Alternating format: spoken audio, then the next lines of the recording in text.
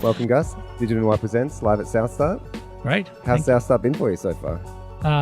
Just incredible, the energy, right? To see so many brilliant minds just coming out with some really crazy stuff. Yeah. It's exciting. It's pretty good. I think one of the things that we're excited about and why we got involved is, often in Adelaide, I feel like we're all sitting in our own little islands and, working in silos, and there's so much cool stuff happening. And it's great to get everybody kind of in the same building, literally, and having conversations and sort of, letting ideas fly around.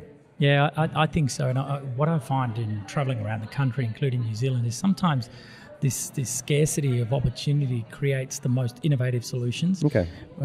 New Zealand, for example, punching way above their belt, way above their weight in terms of the ideas that are coming out of that country.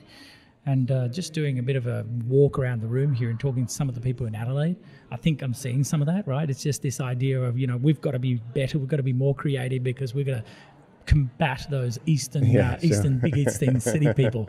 So it's really exciting, really good. We had a couple of chats about Wellington today, actually talking about sort of Adelaide and Wellington and sort of comparative kind of cities being small and a little bit kind of the underdog. Yeah, absolutely. Well, I think we do like that underdog, concept here in Adelaide, but I think also that we need to get together, and a lot of the conversation has been kind of unite a bit especially in this space and sort of tech startup, and really sing as one, I suppose, so that we can get out there into a global reach.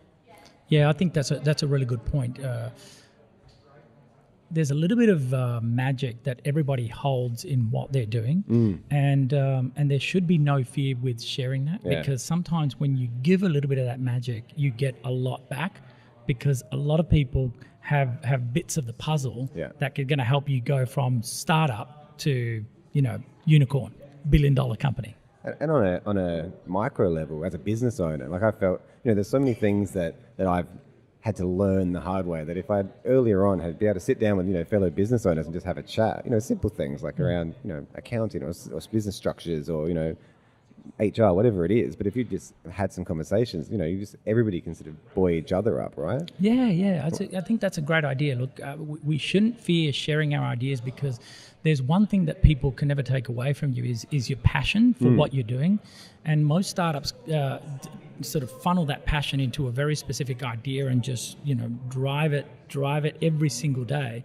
So if someone comes around and gets a little bit of your idea, they won't have your idea and passion combined, right? So you shouldn't be afraid of it. You should just embrace it, right? And I think we've worked with a number of startups in the agency over the years, and a lot of people are very proprietary and worried initially, right? But you look at the amount of effort and passion and hard work that goes into getting even a small venture off the ground. Nobody's going to come and steal that overnight. It's not going to happen. And you're right, they're not going to do it the same way you do it. Yeah, they're going to take a very different approach, and and if that approach challenges you to think on your approach, that's also a good thing, because maybe you're heading in the wrong direction. Well, competition's good. Yeah, agreed. Yeah, good. So what's your role entail on a day-to-day basis?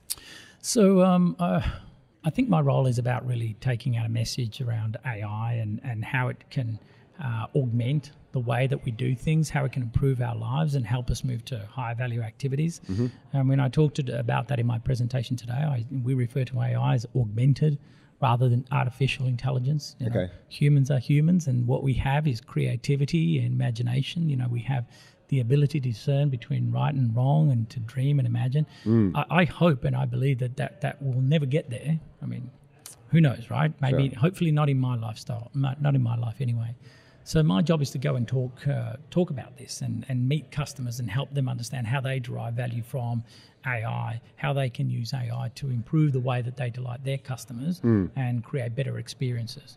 We've obviously it's the AI segment this afternoon, so we've just had sort of 3 chats around it, ranging from, I suppose, looking at the ethical concerns around it going forward with machine learning, and just how do we start tackling, I suppose, dealing with allowing machines and systems to make decisions which previously humans would, even though statistically the machines are probably going to make much better decisions than humans do. There's this thing inside us, I think, as humans, that we distrustful of a machine for whatever reason?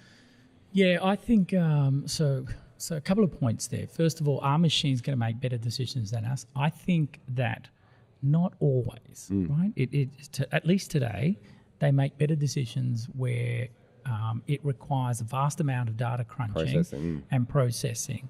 And could humans do it? Absolutely. Yeah. You know, there's a lot of really smart people out there that can do the same. You know, the Gary Kasparov example is one of those. Sure. It just, all it does is that it allows us to do things faster and at scale, Yeah. right? But for example, really making a decision about, and I don't know if you, there was this movie that I saw years ago with Will Smith called iRobot. Okay, sure. And he hates robots, and he's got a robotic arm. And the reason he hates robots is that, he's in a car crash with I think it's his daughter, and a robot comes in and saves him and not the girl. Okay. And it saves him because it determines she had a 45% probability of living, and she didn't, so might as well just let her die. Yeah. Right? Humans wouldn't do that. No. Right? Humans are discerning. Humans are rational. Humans are emotional.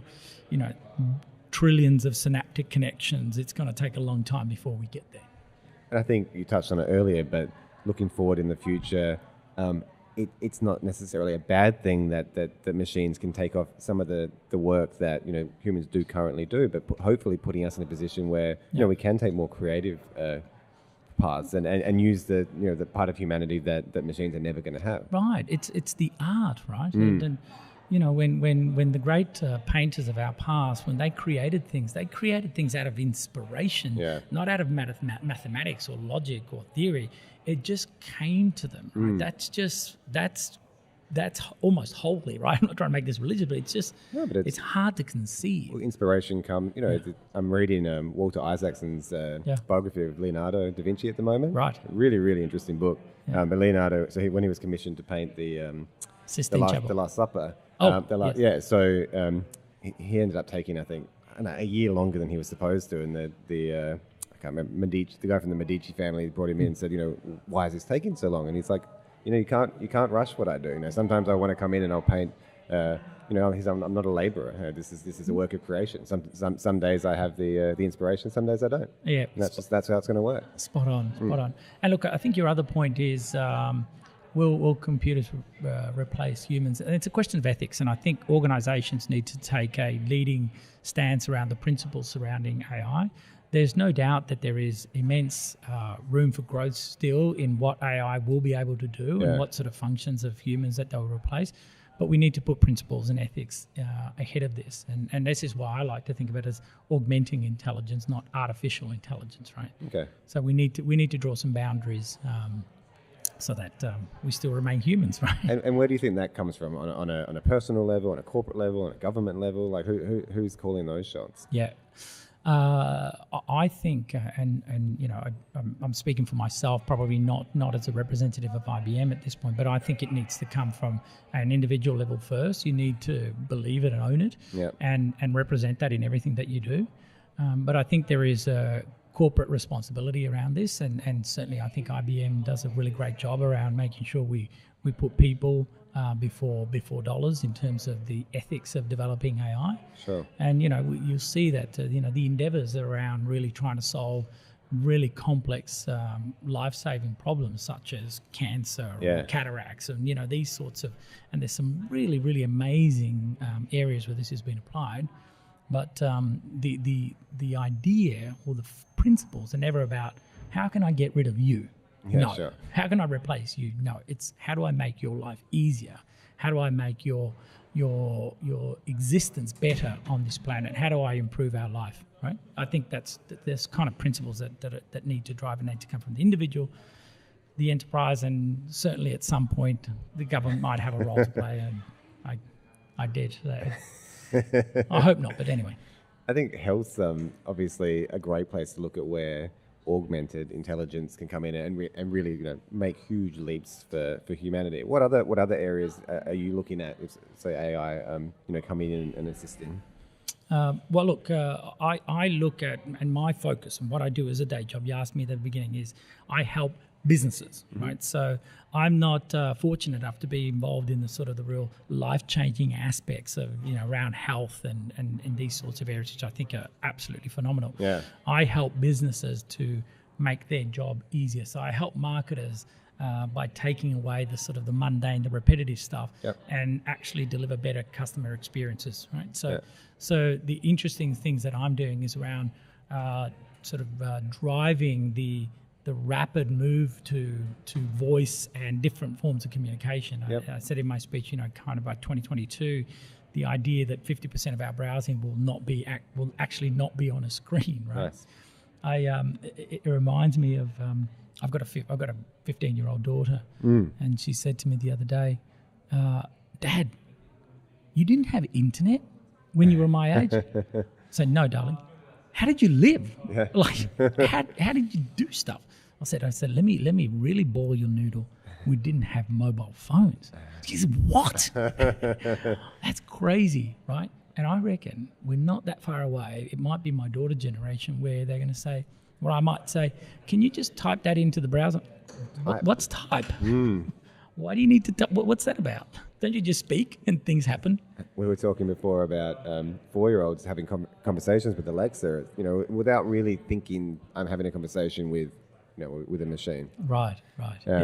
Do you feel, this has been a recurring theme today as well, your daughter has grown up with the internet, she's grown up primarily with devices as well. Yeah. Do you think that's changed sort of her outlook on the world? And do you think, having had grown up without it, can you see her generation being fundamentally different from, the generations that came before?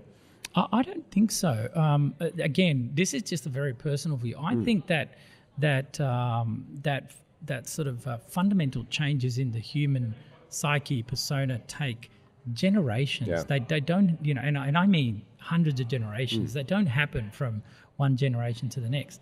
What's changed is her approach to problem solving, her approach to finding information and to dealing with information. So she has different processes and things that she looks at and things that she expects from her interactions with people, society, processes, systems.